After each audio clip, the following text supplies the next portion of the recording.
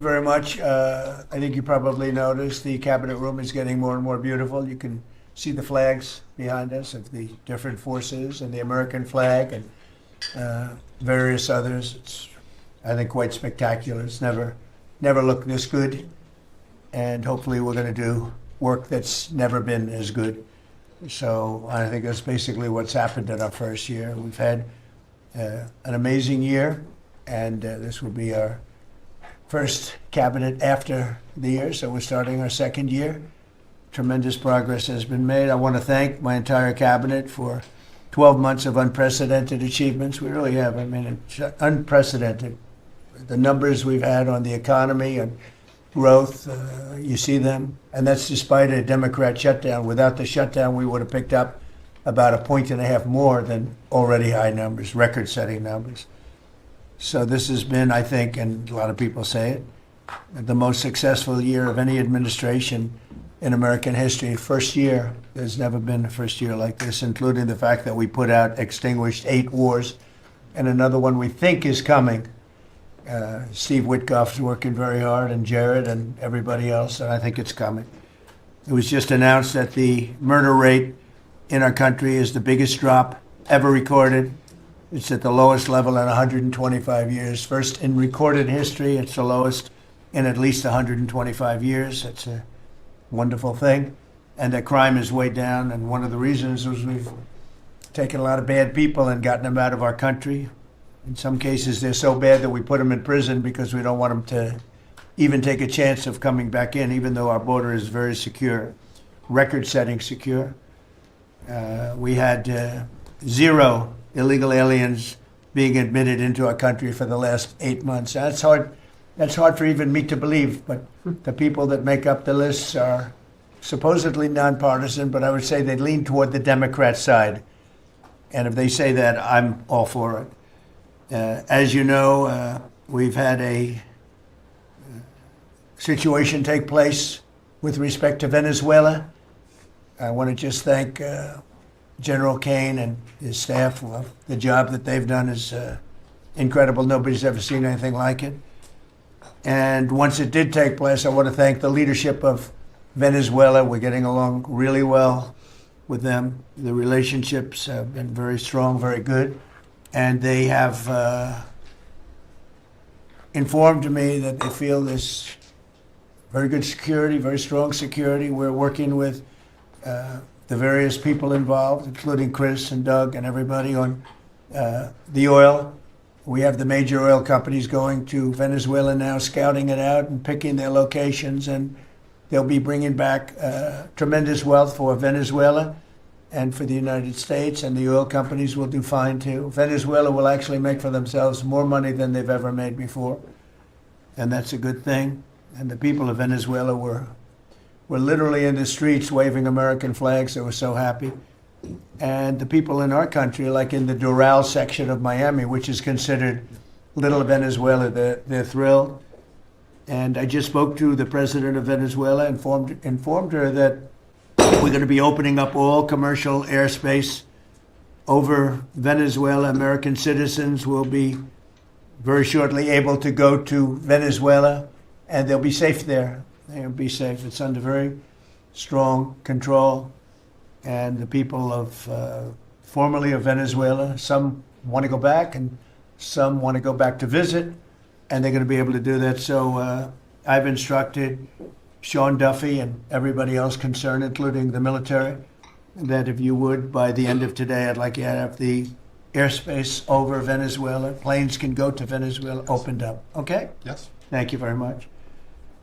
And I want to thank all of the people in Venezuela for what they went through, and I want to thank the leadership for really they're doing a good job. And just as I promised, we've defeated the Biden inflation nightmare and achieved explosive new economic growth. The Atlanta Fed is predicting an astounding 5.4% GDP growth in the fourth quarter, and that's despite the fact that we had a Democrat shutdown. That number would have been 7%, which is a number nobody's ever heard of. And we've been given great national security because of tariffs, and we've also been given unprecedented income because of tariffs. Part of the income that we gave, $12 billion, we gave to the farmers of our country, so that yesterday I was up in Iowa, and they were very happy, Madam Secretary. Yes, sir. They were very, very happy. They were great. So the GDP growth in the fourth quarter was great. And it's going to be, I think we're going to have an amazing and incredible year. Hopefully we won't have a shutdown. We're working on that right now. I think we're getting close. The Democrats, I don't believe, want to see it either. So we'll work in a very bipartisan way. I believe not to have a shutdown. We don't want a shutdown. And just yesterday, the S&P 500 hit 7,000 for the first time ever. There's never been any time at which it's done like that. And the other stocks also, I think it was 52 times for the Dow, had hit a record high. But the 7,000 was not a number that was even thinkable if you go back a year ago. So S&P hit 7,000 for the first time ever. The stock market has set, it's actually 53 all-time record highs since the election, adding $9 trillion in value to savings, retirement accounts, and 401ks. And, I mean, everybody benefits, but we have record stock markets. Companies have never done well. And most importantly, if you think about it, after 4 years in which Biden got much less than $1 trillion of investment into our country, actually it was taken over 11 months, even though we're 12 months. In 11 months, we've taken in more than $18 trillion. So they did less than $1 trillion, Scott, in a period of 4 years, and we've done $18 trillion in less than 1 year. So there's never been anything like that. No other country has done those numbers, by the way, in history. 10 years ago, one country did $3 trillion. No other. We did $18 trillion is being invested now. Thousands of businesses, plants, equipment all over the country are being built right now. And they're going to be opening pretty soon. And when they open, you'll see numbers like nobody's ever seen before. The economy is doing amazingly well. I wish the press would report it, but people are finding out. They're seeing it. It's coming. It's becoming pretty evident. It's hard to hide. Biden inflation, which is really stagflation, cost the typical family $34,000.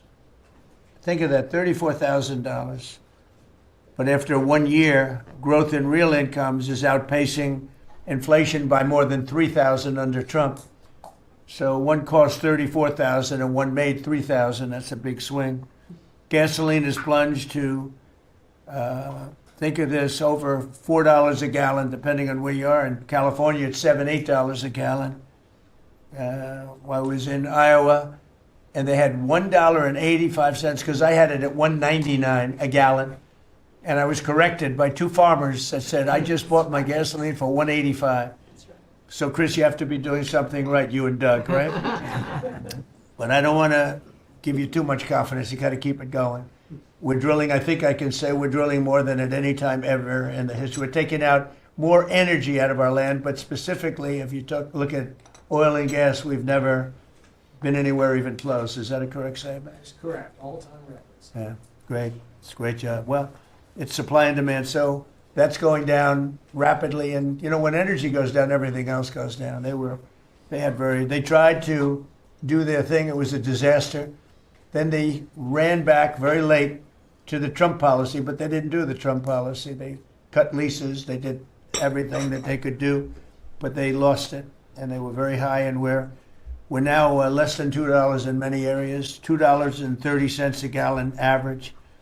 Grocery prices, airfares, hotels, car payments, and rent prices are coming down very fast. And you don't hear the word affordability issued by the Democrats anymore. Now they're going into other things because they're getting beaten badly on affordability. Remember that when I was elected, I came into office, I inherited a total mess, starting with eggs, which were 4 times higher than they were just a year before. And Brooke got them down very quickly before Easter. They said they wanted me to buy plastic eggs for the egg hunt, at the very famous egg hunt at the White House. Sir, would you buy plastic eggs? I would buy a lot of, like 100,000 eggs. And I said, we're not going to buy plastic eggs. And by the time we had the egg hunt a few months later, we had the prices down pretty good. And now they're really low. Now they're at a very low level. So we really have, you don't hear the word affordability because we inherited very high prices and we inherited the highest inflation in 48 years. I say the history of our country. I think it sounds almost the same. Actually, I think 48 years sounds actually worse for some reason. So I'll go with the 40 because the press corrected me. I said history and they said, it's not history, it's 48 years. I said, I'll accept that. And we had the highest inflation in 48 years. We have now as you saw yesterday with the Fed, I'm not a fan of his. He said that inflation essentially is not a factor. It's really been pretty amazing. I just put out a statement about his statements. I won't repeat them here because they're too angry.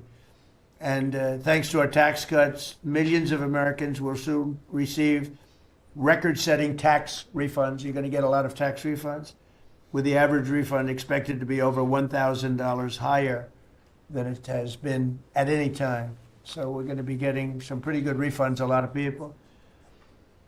If congressional Democrats had their way, Americans would right now be facing the largest tax hike ever. You know, their proposal was to raise taxes very substantially. And our proposal, which is in the great big beautiful New Deal, it's a New Deal in its own way. It's a Republican version of the New Deal. Right behind you is a nice picture of FDR. This is a much better deal than the FDR deal. But we have the great big beautiful bill, and it's given tremendous tax cuts and a lot of other things. People are now finding out how good it is, and it's just kicked in as of January 1st, by the way. So we're really starting to see it. Even though it's a month, we're really starting to see it. The U.S. economy would be cratering if they had won this election. Our country would be in very bad shape. Would be maybe not much of a country anymore. I don't think it would be a country anymore. They were doing everything wrong, but they were going to give you the largest tax hike in history, and we're giving you the largest tax cut in history in the great big beautiful bill. In addition, I think it's very good. I think it's very important. You have no tax on overtime, no tax on tips, and no tax on Social Security, but you also have, you're getting this is the first time this ever happened. If you buy a car, you go out and borrow money, you get an interest deduction. You take the interest rate, the interest that you're paying on the loan, you're able to deduct it for income tax purposes. So that's a first ever, and I think it's going to be great for everybody, including the car companies. I was in Detroit 3 weeks ago. I went to the Ford factory, spoke to the General Motors people. It's all the same. They're doing better than they've ever done. The factory I went to was like a World War I, earlier than World War I factory, opened up. One of the oldest buildings, but one of the biggest. And Ford was getting ready to close it a couple of years ago, and then they saw that I was doing well, and it looked like I would have a good chance of winning. And they kept it going, barely going. And last week they announced, during my visit, they announced that they're going to round the clock round-the-clock production. They never thought it was. I said, did you ever think? I spoke with Bill Ford and the president of Ford. They were both there, and they said, we can't even believe it. We were going to close this building 2 years ago, and now it's going round the clock. He said, we cannot. I mean, they said, we wish it was twice the size. But they're now building additional plants in the United States, as is everybody else. You have AI building, but the car companies, I love the car companies, and you have them, they're all coming back. They're coming back from Mexico, they're coming back from Canada, they're coming back from Japan, and they're coming back from Germany, all over Europe. They're coming back, they're building here because they want to avoid the tariffs. They don't want to pay the 15%, in some cases 25% tariff. Could be a lot higher than that if it wasn't working. So because of that, they're all coming back. One statistic yesterday that Scott told me is that for the first time ever, tell them about the steel in Japan, that we are now making more steel. Go ahead, please. So yesterday they reported for the first time in 26 years, the United States of America produced more steel than Japan. And that is entirely driven by your tariffs. Thank you.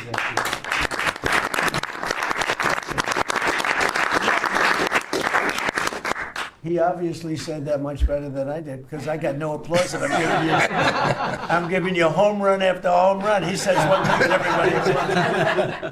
I should have saved that one for myself. No, but think of it. First time, and they read almost 30 years, but I guess it's what, 26, 27 years, that we are now producing more steel than Japan. Japan being a big steel producer. Japan and other countries really took our steel production away from us. Now, if you think of this, 3-4 years ago, the steel companies were all closing up. We worked a fantastic deal with U.S. Steel. We saved U.S. Steel. And now it's all coming about. But and that's just the beginning. There are a lot of steel plants right now being built.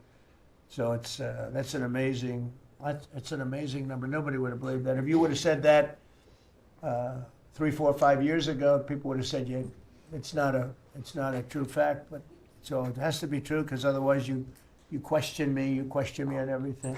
I have to be extremely accurate. I don't exaggerate. I don't want to exaggerate because you will call me. You don't call other people, but you would call me under my most favored nation spot, which I think is the most important thing, Bobby, of all what we've done, because we're bringing drug prices down by 80, 90%, depending on the way. You could say 5, 6, 7, 800%. Depends on the way you want to calculate it, right? But let's go the old-fashioned way. But drug prices for prescription drugs will be down 80, 90%, 75%, 68%. They've only gone up for years and years and years. They've only gone up, and now we're going to have essentially the most favored nation. We're going to have the most favored price in the whole world. Whatever the lowest price in the world is, that's what we're going to pay. And I don't want to go into a big deal, but nobody else could have gotten this but this administration. I'm being very nice when I say that. The cost of prescription drugs is coming down by a number that was never even thought of. This will have a huge impact on healthcare, by the way, because obviously drugs are a big part of healthcare, and it will help repair some of the Unaffordable Care Act's damage that they've done, because the Unaffordable Care Act, which is Obamacare, it's unaffordable. It's not affordable, and it's a disaster. And hopefully we will be paying money directly to the people instead of giving the insurance companies the money. They'll go into a healthcare savings account or whatever it is. But think of it. We pay the money, billions and billions, really trillions of dollars going to insurance companies. We want that money to go to the people. They buy their own healthcare. And it's so popular. The problem we have is the Democrats are owned by the insurance companies. They're literally owned lock, stock, and barrel by the insurance companies, and they hate it. But the people love it, including all Democrats. So I think we'll perhaps be successful with it. But it was an idea I had. I read the papers, and I'm reading one of the stories about the insurance companies, how much money they're making, where they received, billions and billions of dollars for this stuff from the United States of America, and their stock has gone up by 1,400%. Think of it, 1,400. One went up 1,700%. Numbers went up. If you go up 1,000%, you're doing bad in that business, right? And it's all because of the money. Not all, but mostly because of the money the United States pays the insurance companies. They say, this is big stuff. And I asked somebody, why don't we just pay the people directly? And they said, that's a good idea. It's funny, it's a very complicated business, but actually it's not so complicated.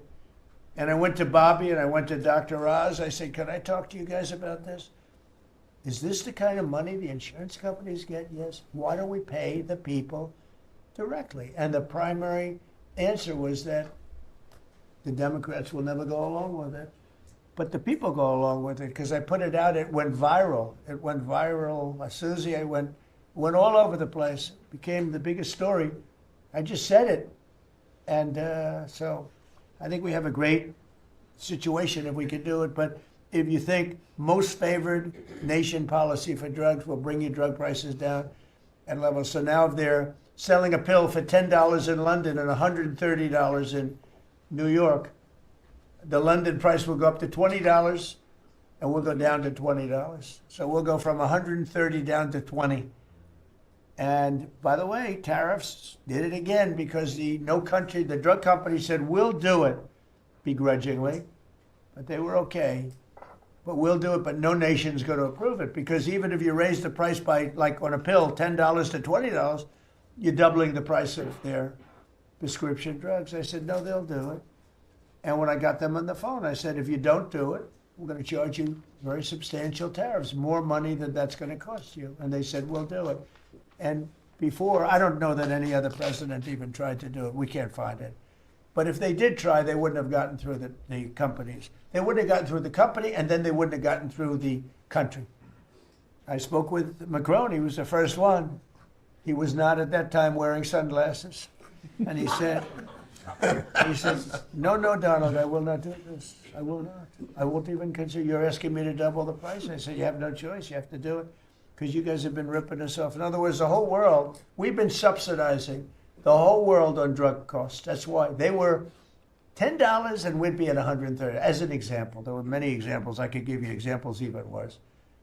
He said, no, I will not do that. And I said, yes, you will. 100% you'll do it. He said, no, I won't do that, Donald. You're asking me to double the cost of our prescription. We will not do that. I said, look, you've been ripping us off now for decades. We're not going to do it anymore. You can do it under Biden and Obama and other people. You're not going to do it under us.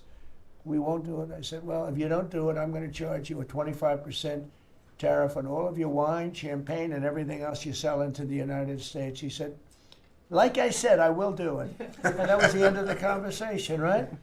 That was the end of the conversation. So now we have favored nations that everybody said would be impossible to get.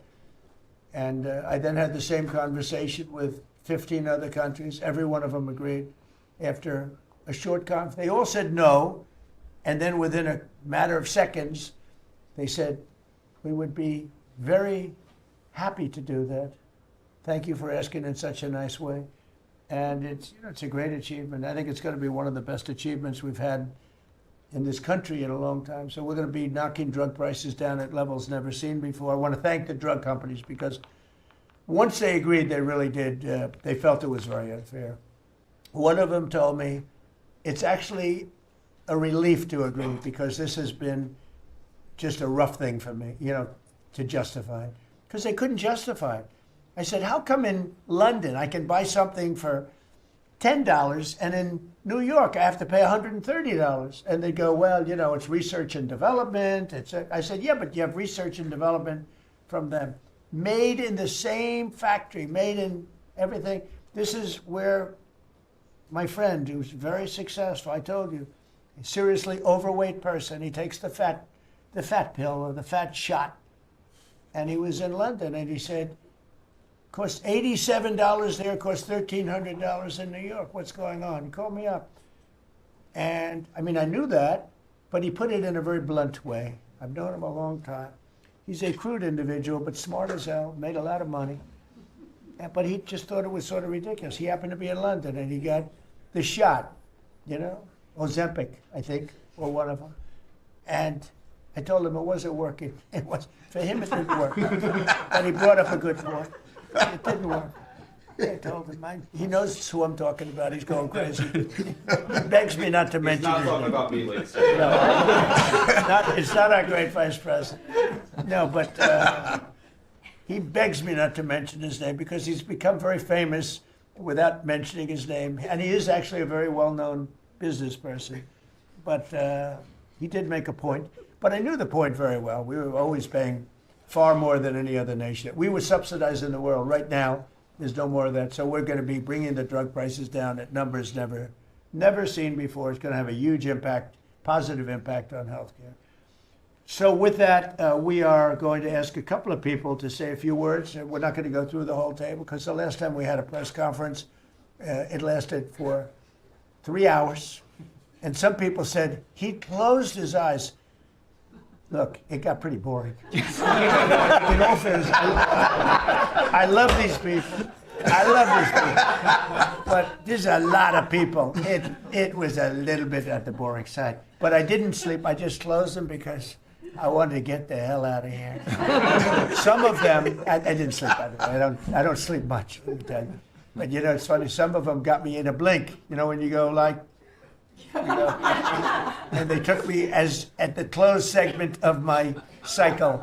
And they said he's sleeping. And besides that, Marco, between these two guys, if I was sleeping, they'd be waking me up very fast. They'd be knocking me, come on, you gotta wake up, boss.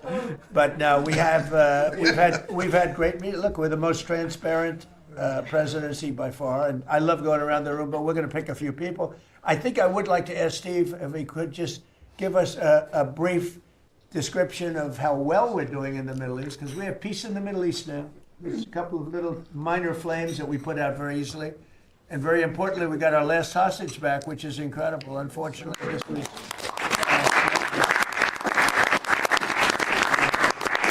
was something that nobody said could be done. And I will tell you, Hamas was a big factor in getting all of the hostages back. We were not happy with them, and they had to bring them back. And they found the dead hostages, the bodies of hostages. And those parents wanted their sons back, I think in all cases sons. But they wanted their sons and their family. They wanted their sons back as much as the people that had living hostages that we got them back to. So we got the 20, but remember, we got hundreds back previous to that. But I always said getting those last 20 back is going to be very tough. And we got them back, and we got all of the bodies back also, which to those parents was just as important as getting back the son that was living. Steve, could you give us a little description, please? Well, your policy of peace through strength, that's what delivered them home.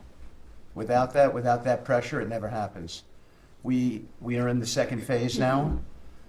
We've stood up for the first time, Mr. President, on your behalf, a technocratic, all Arab government. We've got the terrorists out of there, and they're going to demilitarize. They will, because they have no choice. So we expect that.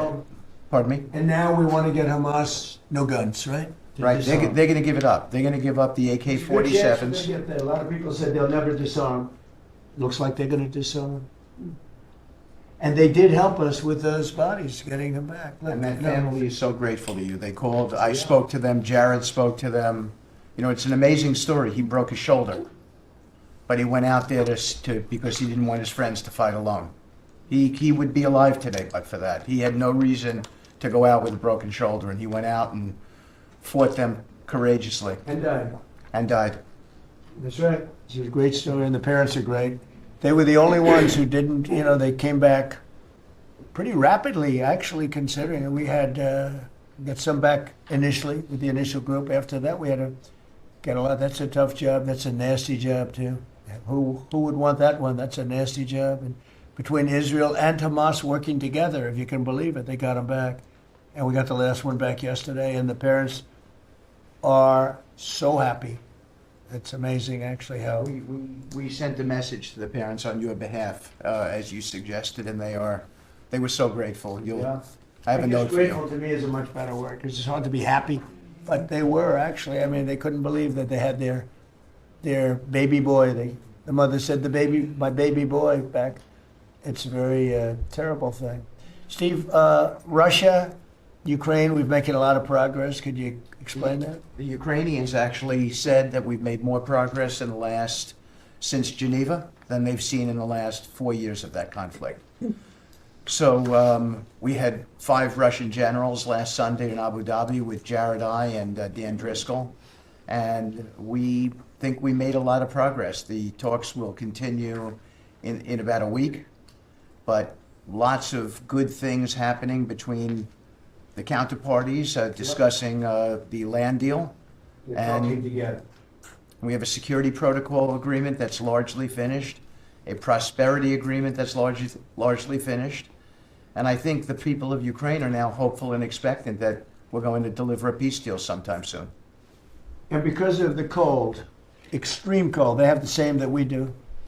I personally asked President Putin not to fire on Kiev and the cities and towns for a week during this. It's extraordinary. It's not just like cold, it's extraordinary cold, record-setting cold. Over there, too.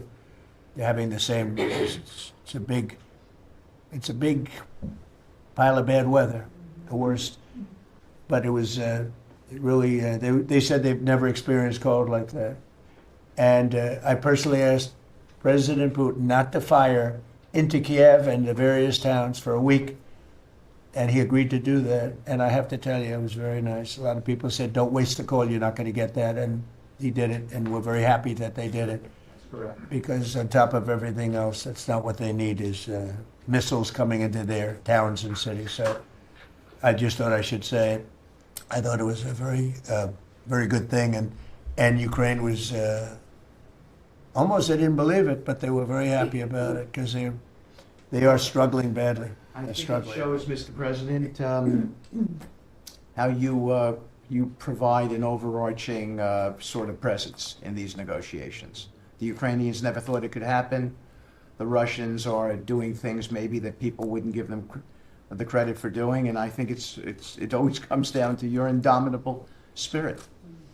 Well, it was a good thing. You know, if you think it's cold over here, they say in Ukraine you can add another 20% to it. It was very cold place anyway, but this was, they see numbers that were so, they'd never seen numbers like that, cold numbers like that. So it was, I thought I should mention it. Could I ask Scott Bassett, we have so many things happening, could I ask you to maybe say a few words, please?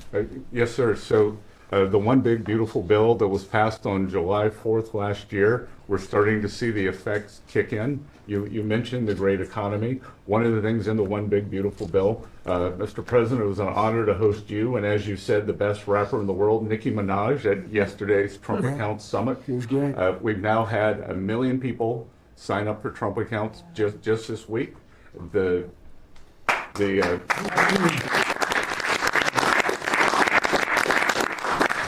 think there'll be 25 million families who are eligible. The segment that you and she did has 1 billion hits. 1 billion hits on the internet. So we're telling everyone, go fill out form 4547, trumpaccount.gov. So thanks to you, the Trump accounts, and next generation's America will benefit from today's record-breaking economy, record-breaking markets. Sir, when we came in, the Biden administration had destroyed the American people with the 3 I's: immigration, inflation, and interest rates. Immigration, check, you close the border. The inflation, as we've heard, back down to target. Prices are coming down. And interest rates, we hope there's more on the way. We've got gains in wages, low prices, and I think 2026 is going to be the year for the Trump boom. It's going to be a supply side boom. I enjoyed the trip out to Iowa. In the diner, the staff there was thanking you for the no tax on tips, and they're expecting big refunds from that. We saw the CEO of John Deere, who said, thanks to your tariffs, new plants in Indiana and North Carolina. Two massive plants being built by John Deere. And he's the chairman and CEO, wonderful guy. And I said he was at the event we had in Iowa, which is appropriate, John Deere, Iowa.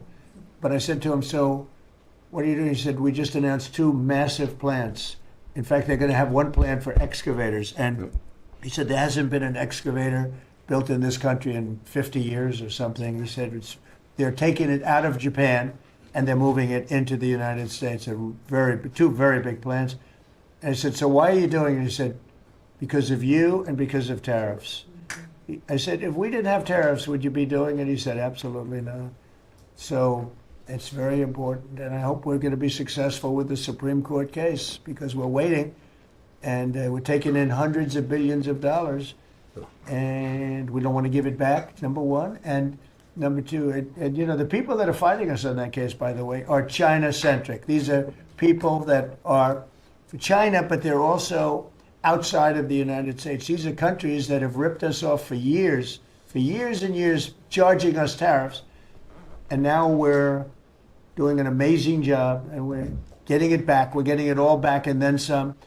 And they're the ones that are leading that lawsuit that we have in front of the United States Supreme Court. So it's a very important lawsuit for our country. And hopefully it's going to work out. We're waiting a long time, but hopefully it's going to work out. We've taken in hundreds of billions, even trillions of dollars. And certainly we've taken in trillions of dollars of, you know, a big part of that $18 trillion that's coming in is because of tariffs. They're coming in, they're building because they don't want to pay the tariff, and the tariffs are very, you know, steep. They could be much steeper. You probably saw I put out a truth today and the tariffs could be much steeper. We've been actually very nice about it. But even being nice about it, we've taken in hundreds of billions of dollars. And honestly, they've given us tremendous national security. The power that we have because of that. They have given us tremendous strength and national security. Go ahead, Scott. Yes, sir. And the IEPA power you used on the tariffs, as you said, we're bringing in tens of trillions of investments. The tens of trillions of investments turns into factories construction, Right. which turns into factory jobs, which turns into consumer spending. You've right-sized the government, so government employment is down, private sector is up. Growth was a stunning 4.7, 4.8% in the past 2 quarters, biggest back-to-back gains in a decade. And we are doing that with government finances improving. So that will bring down the borrowing costs, the calendar year budget for 2024, 7% deficit to GDP, highest when we weren't at war, not in a recession, all the way down to 5.4% and getting better. Biggest decline since 2014. Generational gains in productivity, soaring productivity. We're going to lift workers' pay, record high prices, record high profits, and stock prices are soaring. You got a manufacturing renaissance, and all the key inflation metrics are trending lower. Over the past 3 months, the consumer price index is just 2.1, and core prices are even lower at 1.6. And I think that could trend below 1, given energy, as you talked about, the pharmaceutical discounts, and rents. So we're expecting a great year in 2026, Mr. President. And we're going to be announcing next week, I think sometime, Scott and Howard and everybody, we're going to be announcing the head of the Fed, who that will be. And it'll be a person that will, I think, do a good job. We're paying far too much interest in the Fed. The Fed rate's too high, unacceptably high. We should have the lowest. And I think you read my statement today. I put out a statement before the meeting, but we should have the lowest interest rate anywhere in the world, because a lot of these countries are successful only because of us, because we allow them to have surpluses. And without surpluses, some of the countries that you most respect financially, that you say, oh, this one, that one, this one, that one, they're successful because we allow them to have surpluses. And we could easily stop that with the powers that we have, but we don't. We took some of it, but we took really just a small portion of it compared to what we could take if we wanted to. We should have the lowest interest rate anywhere in the world. They should be 2 points and even 3 points lower. And if it was, each point is the equivalent of, I would say, $500 billion. So if you got 2 points low, you have $1 trillion in saving. And it's almost, if you call it just a paper expense, you can do it with a pencil. It's not cutting. It's not saying we have to get rid of jobs. Or it's just like literally so easy to do. But we have a guy that doesn't want to do it because he's, I think he's politically biased. I really do. I believe he's politically biased because most smart people say it's not even a question. But despite that, we were able to bust through. It's like busting through a wall. We were able to bust through a wall, and we have the kind of numbers that Scott and Howard with the steel and other things talk about. What would you say, Howard, in terms of how we're doing, generally speaking? Great businessman, very successful guy. He's doing a really good job. What would you say? Well, no one, before you walked in the door, no one thought our economy could grow 2%. Fourth quarter, with the shutdown, 5.5%. And that means the first quarter, you could see the United States of America, with its $30 trillion economy, grow in the 6% range. And no one thought that was possible. That's how you get jobs. That's how you get money down. That's how you fix the deficit. You are fixing everything with your policies. You have changed America and created the golden age. Thank you. And with the help of the Fed, because we really, we want help, not hindrance. Why would the Fed hinder? But with the help of the Fed, with the right choice, if we make the right choice, a lot of times you make a choice, you think it's good, and it turns out to be not good.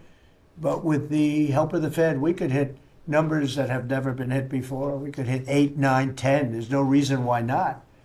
And, I talk about, if you go back 20 years, 25 years, I'm old enough to remember, when we had good news, when you announced good news, the stock market went up.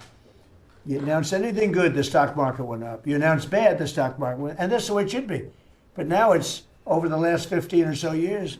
If you announce good news, that means they're going to raise interest rates because they want to kill it. So you can never really be that successful because you announce all record numbers, great, great, great, because they're afraid of inflation. But growth doesn't have to have any impact on inflation. It can make inflation go down in many cases. So, and you've seen that with us. I mean, we're growing at a much faster rate than anybody thought was possible. We have very controllable inflation. With Biden, we were getting killed, and we had the worst inflation in 48 years in history, in the history of our country. And that's with going down. So growth is a great thing. It doesn't mean inflation. And I want to go back to a system where when we announce good news, they say, that's great. We can lower interest rates instead of raise interest rates. And by the way, if inflation comes, we'll take care of it when it comes. But, you know, they're trying to guess it, and they're trying to get it 10 years before in advance. And, you know, we want to make this country greater than ever before, and I think we're doing that. But we want to make it that when we announce great news, everything goes up. If we announce bad news, that happens too. We bring it down, and we control, and we do what we have to do. But we can have numbers in the upside like nobody's ever seen before. I want to ask Bobby to say a few words, if he would, about some of the incredible things that we've been doing in your department with Oz and everybody else. Mr. President, we're in the process of implementing your great healthcare bill, which is going to increase affordability, drive down costs, and increase the quality of healthcare for every American. You mentioned MFN, Most Favored Nation. We now have agreements with 16 of the 17 drug companies.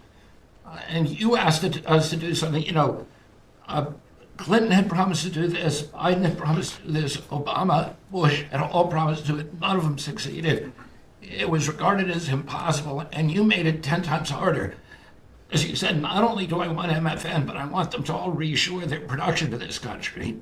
And they don't have any money to do it because we've taken it all from them.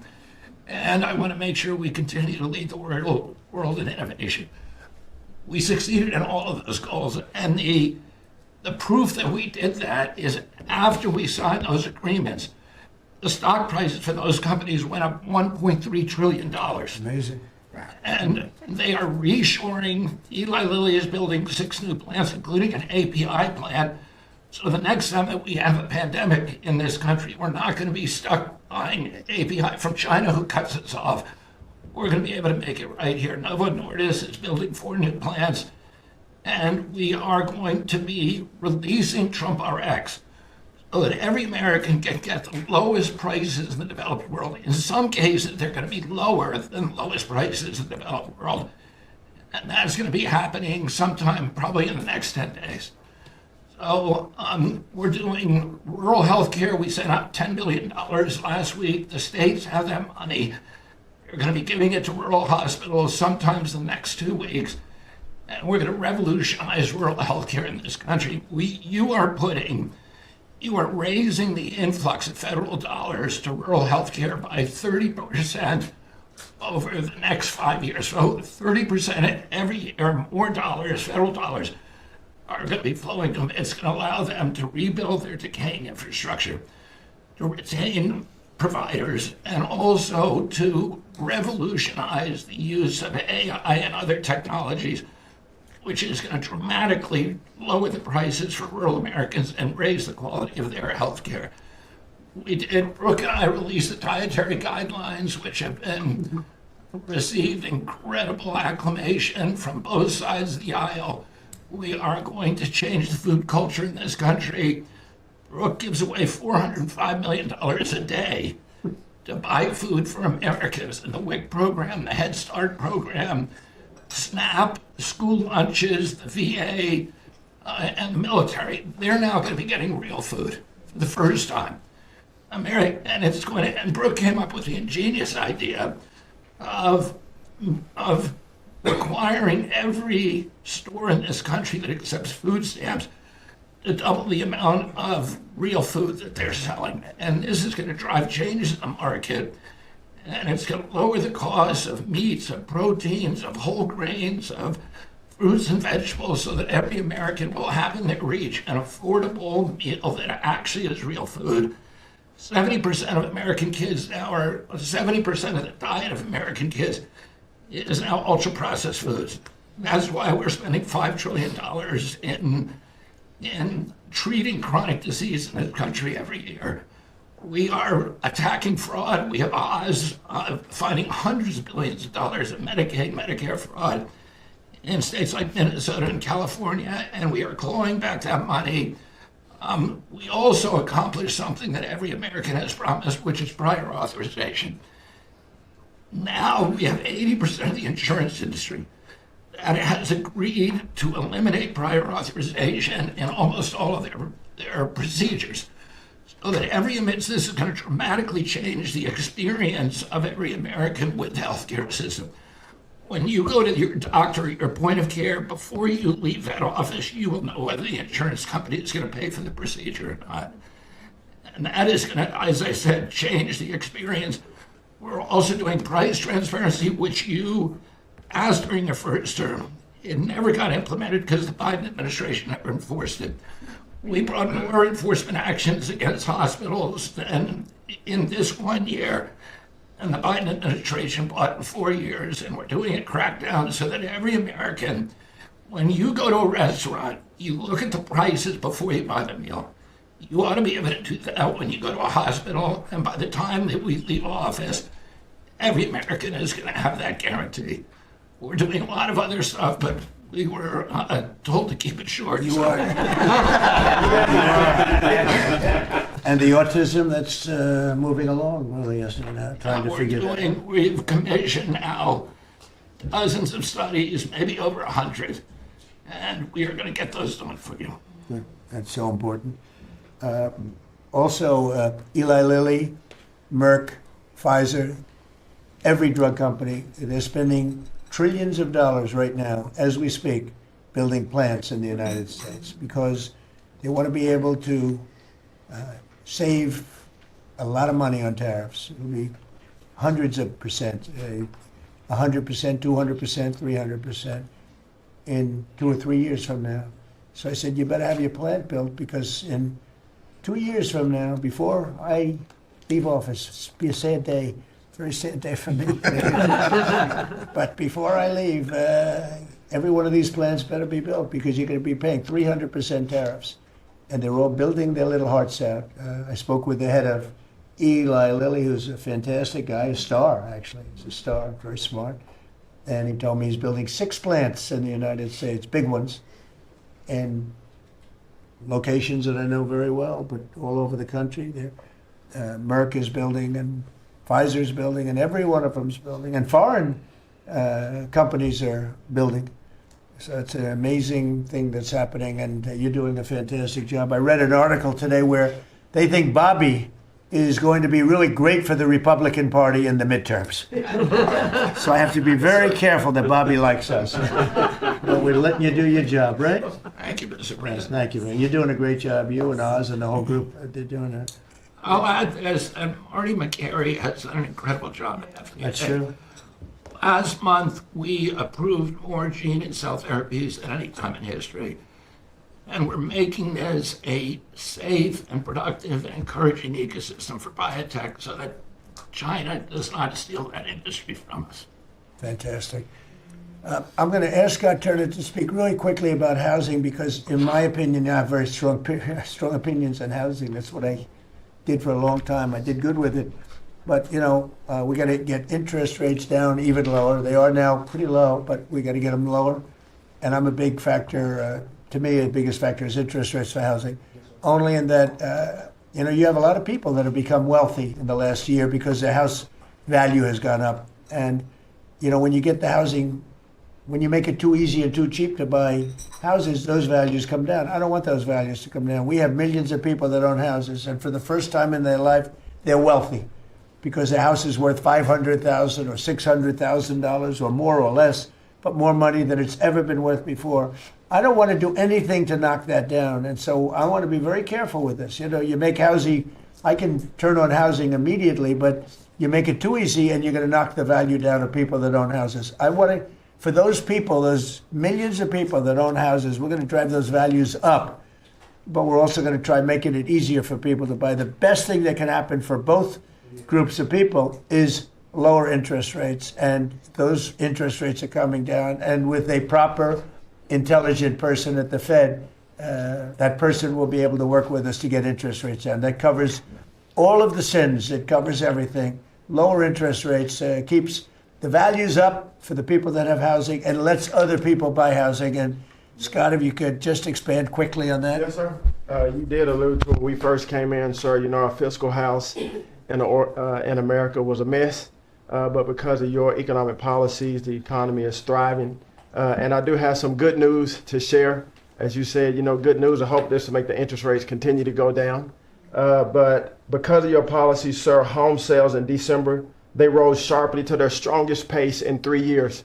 A lot of people, when we first came in particular young people, were concerned and asking the question whether they would ever be able to afford to buy a house in America, which is the American dream. The 30-year fixed mortgage rate dipped to a multi-year lows, driving monthly payments down for the 2 years at the lowest levels. So more people can get a mortgage now. More families can be able to afford to get a home and achieve the American dream. At HUD last year, we helped and supported over 1 million people through FHA and Ginnie Mae to be able to buy a home. 500,000 of those were first-time home buyers, and hundreds of thousands of our veterans we supported. And so that's good news that millions of people in our country are now beginning to buy homes. We also, sir, saw that you are and will work with you making bold action to ban institutional investors from buying single-family homes. Those homes are for the American people. So, sir, thank you for your leadership on that. Also working with Director Pulte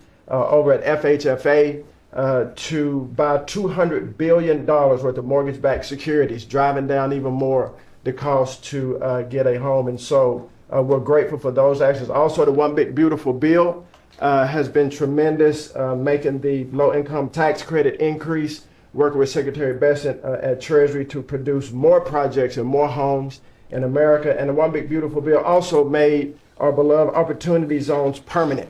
And the media doesn't talk about opportunity zones very much, but I'll do it today because I know that they have been transformative in our country. Over 1 million people lifted out of poverty, sir, in opportunity zones, 300,000 new units of housing in opportunity zones, and a 3.4 increase in the value of houses. And that's by the way, we have to give him credit. Senator, he's a great guy. Tim Scott came to see me.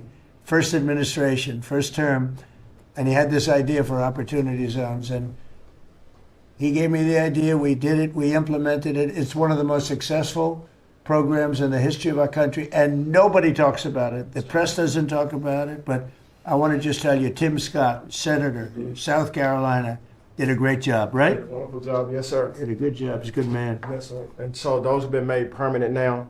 Will help millions of Americans to be able to afford to buy homes. Also, the One Big Beautiful Bill has been allowing HUD to make sure, working with the Department of Homeland Security, that every person that lives in HUD-funded housing is an American citizen. A blind eye has been turned prior to us being here to people living in HUD-funded housing, but no more. We're going to take account and transparency to make sure. And sir, there's a lot of crime that goes on in public housing, but we're coming after the criminals and making sure that everybody in there is an American citizen. So thank you for your support. We are now have taken possession of our new building in Alexandria, and we're going to save the American taxpayers hundreds of millions of dollars. So sir, thank you for your support and your leadership. Thank you, Scott. Great job. Appreciate it. One of the things Scott said, though, is, again, existing housing, people that own their homes, we're going to keep them wealthy. We're going to keep those prices up. We're not going to destroy the value of their homes so that somebody that didn't work very hard can buy a home. We're going to make it easier to buy. We're going to get interest rates down.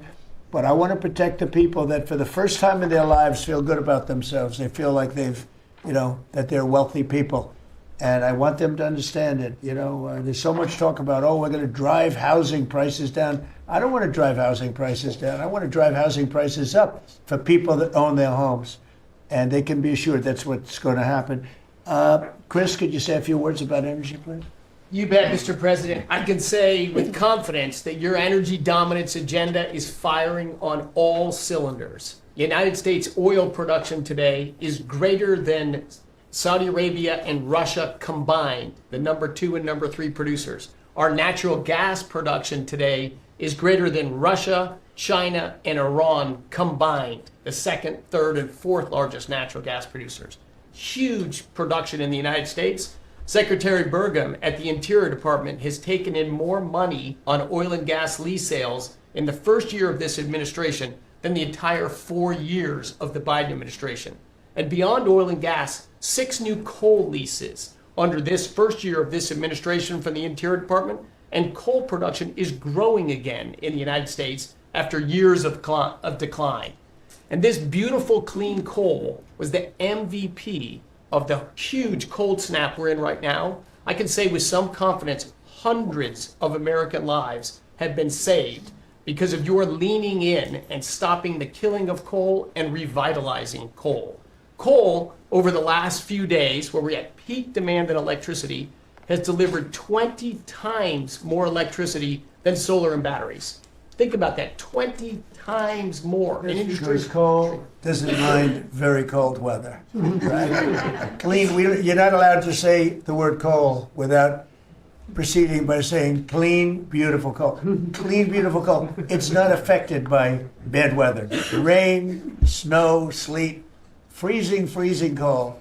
How does it react under freezing cold weather? It steps up and delivers big time. In fact, what coal did during this storm was deliver massively more electricity than it was delivering a month ago. Because we needed far more electricity. Who can step up? The windmills, by the way, are all frozen. You know that they don't turn. The windmills aren't turning. The windmills that these fools paid for. The fool is this country, because the people that have the windmills get massive subsidy, and they make a fortune on windmills that don't even work, and they don't produce anywhere near what they should be. And it's the most expensive form of energy there is. And by the way, Europe is destroying itself with the stupid windmills they're putting all over their beautiful areas of most magnificent landscapes in the world, and they're just destroying. Europe better get smart. Between immigration and energy, they're destroying. It's not recognizable. They've got to smarten up before it's too late. Please go ahead. Yeah, in New England, with somewhat European energy policies, at peak demand time, very cold in New England, wind, solar, and batteries that you were just speaking of delivered less than 3% of the electricity needed at peak demand time, and that's when it matters. Because if electricity goes out when it's very cold, people die.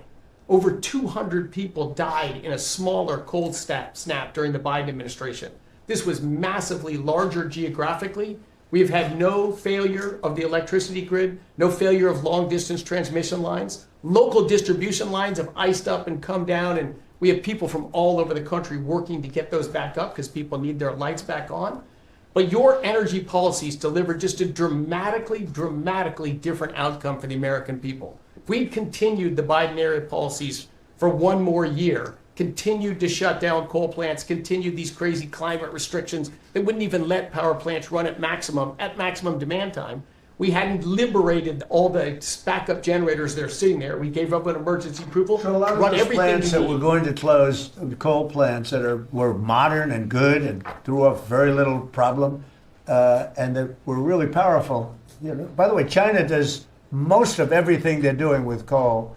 Not that we want to copy anybody, but you know, they make the windmills, but they don't have a lot of wind farms. Somebody ought to look at that. How many wind farms do they have? Very, very few. They make them, they sell them, they make a fortune, but they don't use them.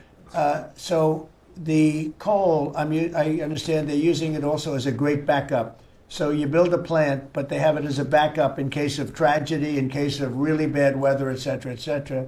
They actually store coal on the site of other plants so that if they need emergency energy, the coal is always going to be there, whereas other things aren't. Is that correct? Exactly. Coal just stepped up here to 25% of our electricity during this high demand time. Natural gas, coal, and nuclear. They are what run the American electricity grid. The others are ornaments and often expensive And you ornaments. stopped plants that drive from up being prices. demolished, right? 17 gigawatts of coal generation plants were slated to close last year that were stopped from being closure by this And if they administration. were closed, we would be really tight on energy. We would have had significant blackouts at these peak cold times, and extrapolating from the last storm during the Biden administration, I think at least hundreds of deaths. Because in the South, a lot of heating is done with electricity generation. If those grids go down, people die. So these, and when you're going back to the Working Families Tax Cut Act, or the One Big Beautiful Bill, that got rid of $500 billion of subsidies, energy subsidies, that do nothing but make energy more expensive and less reliable. And under this administration, we've spent massively less on energy, and we've delivered massively more on energy. And when you have more energy of lower prices. It's a fantastic job. You and Doug. Doug said, you got to get this guy Doug. You got to get this guy Chris Wright and get him as soon as you can. I said, but I want you to run energy. He said, well, I'm good at it, but he's better, right? Didn't you tell me that? So I gave him the land, I gave you the energy, right? And it's a great combination. I mean, they literally have, I said, maybe we'll merge it in some way. They said, we don't have to. We get along. They work together, right, with the land. He's got the land and the energy. He's got the knowledge to take it out. It's been a good combination. This administration, the whole administration, and your leadership has been very focused on energy, because we can push down energy prices, we can lower costs on Americans, and we can raise wages by bringing jobs and opportunities here. It is a transformation of American energy. Thanks for your leadership. He's one of the most respected people in the energy world. And Doug told me about Chris Wright. They said, if you could get him, what he gave up to do this job, you're making a little less money, but that's all right. You don't care. What you're doing is fantastic. But he said he's the best in the world. Other people have told me that. The heads of the biggest companies have told me that. And it's really panning out to be so. We appreciate it very much. It's great. One of the things we're doing with energy, I think that's so important. We have an old grid, been around a long time, and not really, can't be much expanded. It can be fixed up a little bit, but can't be much expanded. And we have some plants that are so big that the grid would never be able to hold it. We're allowing them to build a electric producing plant, mostly electric, but they can use nuclear to do it, they can use oil and gas, they can use coal, they can use whatever they want. I think many are choosing oil and gas because it's there, it's tried, it's true, it's plentiful, it's inexpensive. Some are going nuclear, some are going both. Many are going all three. But the plants, you read, well, how do we ever fire those plants? Because to do this, we need 2 times the electricity we produce in 1 year for the entire country, which is almost hard to believe. These buildings are so big. They're going up now. So I did something that nobody thought was possible also. When they build their building, they build their own electric generating plants. And we are seeing some of the most incredible designs you've ever seen. So we don't need the grid. I read an article in the Wall Street Journal saying, oh, we're falling behind China. We're not actually. We're leading everybody because I'm letting them build. The government would never be able to do that. Now, China's a different kind. They build, they do things that you got to hand it to them. President Xi, they build vast amounts of energy. They don't have certain constraints that we have in this country, but we're more than topping them. We're leading China by a lot on AI, and it's primarily because I'm allowing them to build with their plant their own electricity. If they had to rely on the grid, they wouldn't have any power. You wouldn't have any power for anything.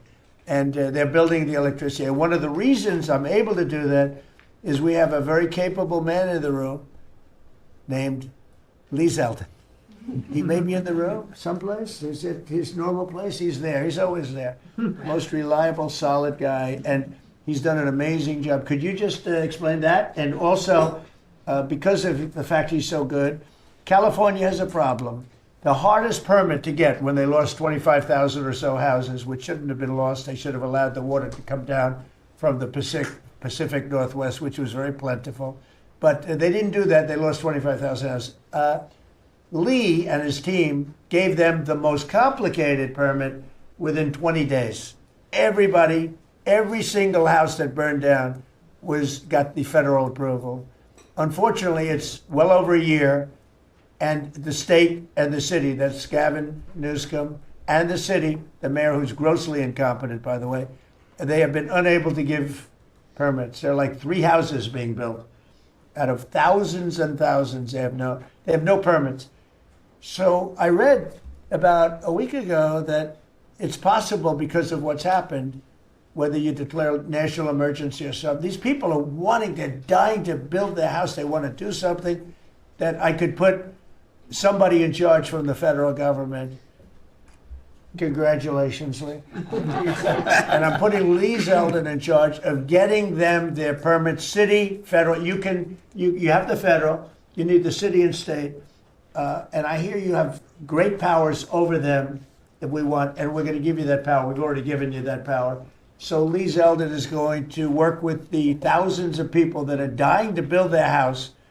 And I also recommend one other thing. Give them the house plus a 10% bonus. In other words, you get a bonus, you can build your house 10% larger.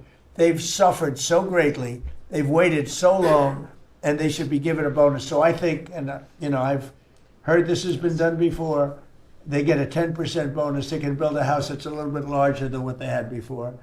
And I'd like to have you take it over. Mr. President, your great Secretary of State was looking for another job. I was thinking about him, but he's pretty well booked. I watched him. He did a great job yesterday, but he's a little booked up. Let's go, Lee. Talk. No more ideas like that, Lee. When President Trump came into office, he immediately signed an executive order giving EPA 30 days to complete our Phase 1 hazardous material removal so that the Army Corps could come in and complete their Phase 2 debris removal. So at first, the response was that was going to be impossible. Good luck trying to get it done maybe by the summer. But we figured it out because operating at Trump speed, the president was just sworn in. We had to get it done, and we got it done in less than 30 days. The Army Corps then came in and completed the debris removal. So the federal government, while the governor has tried to accuse this president of not focusing with a laser on putting all of the weight of the federal government into getting this done, it happened from the moment he was sworn into office. SBA came in. I think it was about half of the disaster loan money, billions of dollars from last year went towards these residents and businesses. So the full weight of this government. But right after I was sworn in, which was actually a year ago today, my first trip was to East Palestine because the vice president never forgets his home state. The second trip was going to Los Angeles. There were people with contractors all over Palisades and Eden ready to rebuild right then and there. You're talking about a year ago. And now the frustration, the passion that we all hear from all of these Los Angeles residents. And President Trump, he's made it clear to us that he's heard enough. And the message should be heard loud and clear to that local leadership. They should be motivated listening to this right now. And when this cabinet meeting is over, if it hasn't been done already, is that they need to go into the office where these permits are just laying around, flip over tables if you have to, fire people if you have to, and get all of these approvals done so that people can rebuild their lives. It's been a year, and this president has had enough. So whatever you can do, that's going to be very important. And it's so sad. Those people, we were there a few days after the fire. You were there with me. We were walking down the streets. The people are devastated. The love that they had for that property was everybody was going to rebuild, and they thought they could do it immediately. They should have. We gave it to them so quickly, but they can't get their permits. They still can't build, and they're losing spirit too. I mean, a lot of people are losing spirit.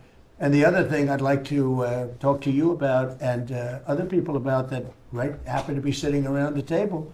They want to build a low-income housing project right in the middle of everything in Palisades. And I'm not going to allow it to happen, okay? I mean, maybe it's politically correct, maybe it's not. I'm not going to let these people destroy the value of their houses. I built a lot of low-income housing. I made a lot of money building low-income housing. I know more about it than anybody. We're not going to allow this guy to build a low-income housing project on top of everything else in the middle of that mess that was created by the fact that they didn't allow water to come down from the Pacific Northwest, okay? And I'd like you to have that stopped and stopped immediately. No financing. That might be you, Scott, because they'll come to you for financing. It's never going to be approved. You would never approve. Scott thought it was a horrible thing. So there's going to be no financing for low-income housing. Let the people build their houses, and as fast as you can, help them, help the mayor and help the governor get their permitting done, okay? Yes, sir. Okay, thank you very much. Kelly, I think you were just alluded to, are you helping some of the people out there with loans? Yes, Mr. President, thanks to your leadership, you also helped put the fires out. Your executive order got water to the scene in your earliest days of your presidency. So you've been there from day one. We've been out there twice now. There had been no changes until your executive order this week that is allowing that permitting to happen quickly. We have 16,000 structures burned. We have put loans out on 12,000 of them for $3.2 billion. More than half of all the disaster money delivered in America went to that area. Now, because of the abject leadership, the failures of Gavin Newsom, they have not been able to rebuild. Because of your leadership, they're going to be able to rebuild. But that's not all you've And done. they'll take the credit for it, watch. It'll start, and they'll take the credit. Look at the great job we did. They would never, it wouldn't get built in 20 years. And it will be destroyed by building low-income housing next to luxury housing. History says that doesn't work too well. Go ahead. We're going to make sure that doesn't happen, Mr. President. Please. But under your leadership, you've ended at least 8 wars, okay? But probably the most important and underreported war that this president ended was Joe Biden and the Democrats' war on Main Street and hardworking families. We've seen it as I've gone across the country this month, 10 different states, and we saw it when we were together in Iowa. Hardworking families, farmers, small businesses expressing gratitude, lined up to thank you. I was out with our great vice president last week in Toledo, Ohio. They are thanking this administration for getting Main Street back. The Trump tax cuts, the tariffs, deregulation, it's all rocket fuel for hardworking families in Main Streets. And I see it whether it's talking about small business expensing 100% accelerated from Made in America factories to 20% pass-through, but it's also working families where they have expanded child tax credits, increased standard deductions, permanent low-income tax rates, health savings accounts, Trump accounts. This president is delivering for Main Street. It's the most underreported story in this country. And I see it in Main Street businesses. All-time small business confidence hit a record under this president last year after the Trump tax cuts. All-time small business formation now at 36 million small businesses and a record $100 billion out from SBA because a record number of people want to invest in this country and hire. And whether I've talked to manufacturers about tariffs, they know that this president is bringing manufacturing back, just like Prince Manufacturing in Macon, Georgia. 500 employees machining parts for our defense, our agriculture, our automotive, our aerospace industry. They're going to hire 500 more people this year because of tariffs, because of the Trump tax cuts, and because of SBA lending. And I see this state after state as I've gone across the country, talked to hundreds of business owners, walked dozens of factory floors. This is not being covered, but it's going on in America. The number one problem is they need skilled workers. And this is something I'm working on with Secretary Chavez-Reimer. I'm working across the administration to ensure that we empower our small businesses. 98% of our manufacturers meet the small business definition. So Ford has 5,000 small manufacturing suppliers. The $18 trillion you brought in is creating an economic boom like none we've ever seen before. We are going to have 7% GDP growth. GDP now is probably underestimating where it is in 4Q, but with interest rates going down, with regulation going down, these are all taxes on small businesses, and those are going away.